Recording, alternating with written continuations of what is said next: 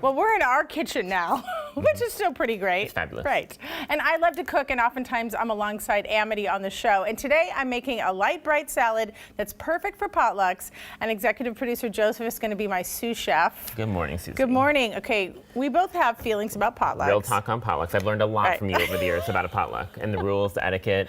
Yes. You know, Suzie's #1 rule is if you're going to a potluck, what you bring must completely feed yourself, just in case, because you never know. You never know, and I am a picky eater, as we know, and so sometimes, you have some things with food. And I also like to know who's making the food. Right, because that, it can be problematic for me. Yes. So it is true. I've told this to my children. It's drilled into their head that you make something that, like you said, can sustain yourself. Yeah, can sustain yourself for however long the potluck is. So that's why Suzie's great to have at the company potluck, because there's always a fabulous dish coming out of Suzie. But you like potlucks too. What's your go-to? Well, yeah, they're fun. I mean, I never have like a go-to necessarily, but I always get advice from you. And one that you recently recommended to me that I took to an Oscars viewing party was the gorgonzola flatbread crostinis with the honey on it. Oh, so yummy, so easy to make. 3 things, super easy. Little salt. We'll share that sometime as well. Okay, so this is a Mediterranean orzo salad that I make. You can leave it out. It's one of those things that can be sustained like yourself, and it makes so much food. It's even better the second day, so I always say make it the night before. Right. And super easy. So let's get started. The first thing we do is we build the actual very light dressing. So I'm going to put olive oil, and then you've got lemon juice and lemon zest. How much zest is this? This is about 2 lemons. 2 lemons, okay. Yeah. I love lemon zest. Me too. And then red wine vinegar. Yum. And that's it for the dressing. And so I just this morning cooked some orzo, and I also love using orzo. You don't even stir the. No. You just. I already strained it, so it's right there. You don't really even have to stir the sauce because it all just kind of blends together. Right. And then if you want to just kind of mix that a little bit. Stir. I love to stir. You love to stir. And so that will start, the orzo will start really absorbing the lemon and the red wine vinegar. This is a very... Is orzo hard to find at the store? Well, I thought not. But yesterday there was only 1 box left, so I did have to go to another one. Wow, okay. So it's becoming a little bit increasingly harder to find, but I love orzo. Yeah. Yummy. It's just the perfect bite. So we'll just let that sit. It smells so good. Doesn't it smell good? Just really good, yeah. And it smells, like I said, even better the next day and the next day. So this can be lunch for work too. And you don't have to put everything we put in. If you don't love something, don't put it in. Yeah. Yep. Okay. All right. So that's ready to go. So I'm going to have you chop the Kalamata olives. They can just have a rough chop and get thrown in. Okay. Am I doing all these? Yeah. Oh, okay. About 2 cups of roughly chopped Kalamata olives. Alrighty. If you don't love a Kalamata olive, maybe the salad isn't for you. No.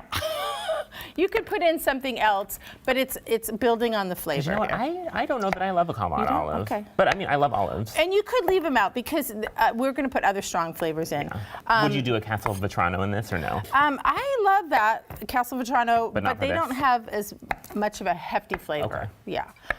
So these are capers, which you love capers. Delicious. Yeah. This is a briny salad. So this goes in. While he's rough chopping those, I'll put this in.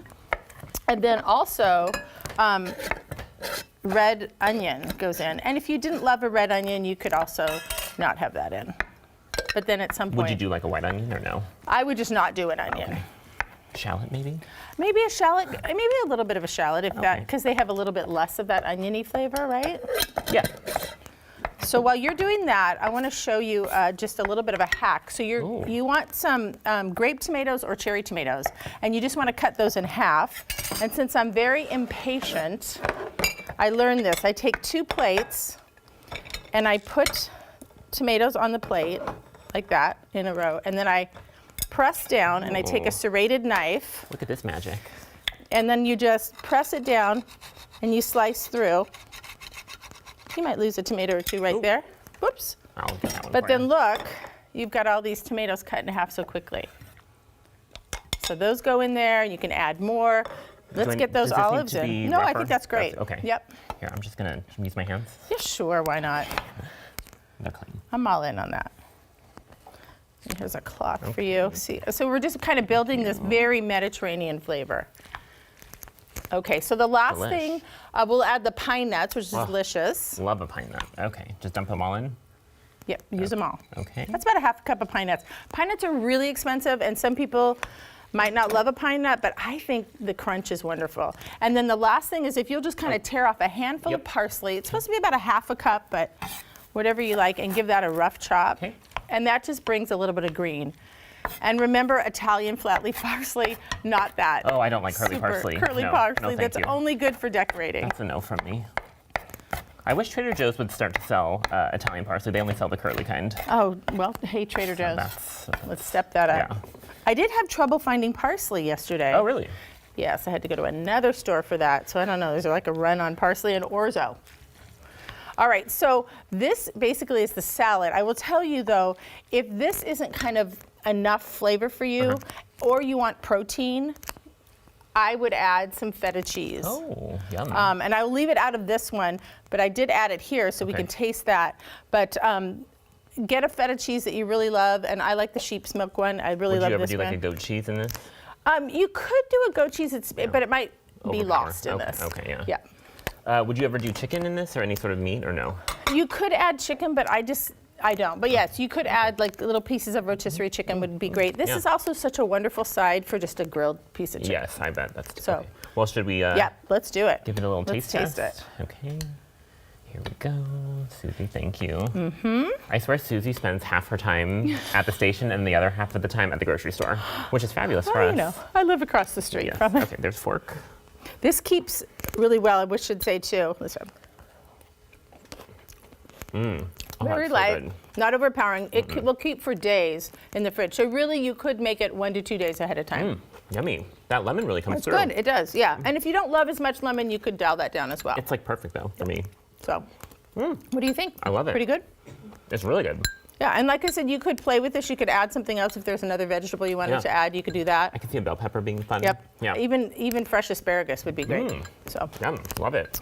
all right. You all should make this. It's good. Well, if you'd like a link to this Orzo salad, we've got it on New Day's website. Or you can text the word recipe to 206-448-4545 and we'll send a link straight to your phone.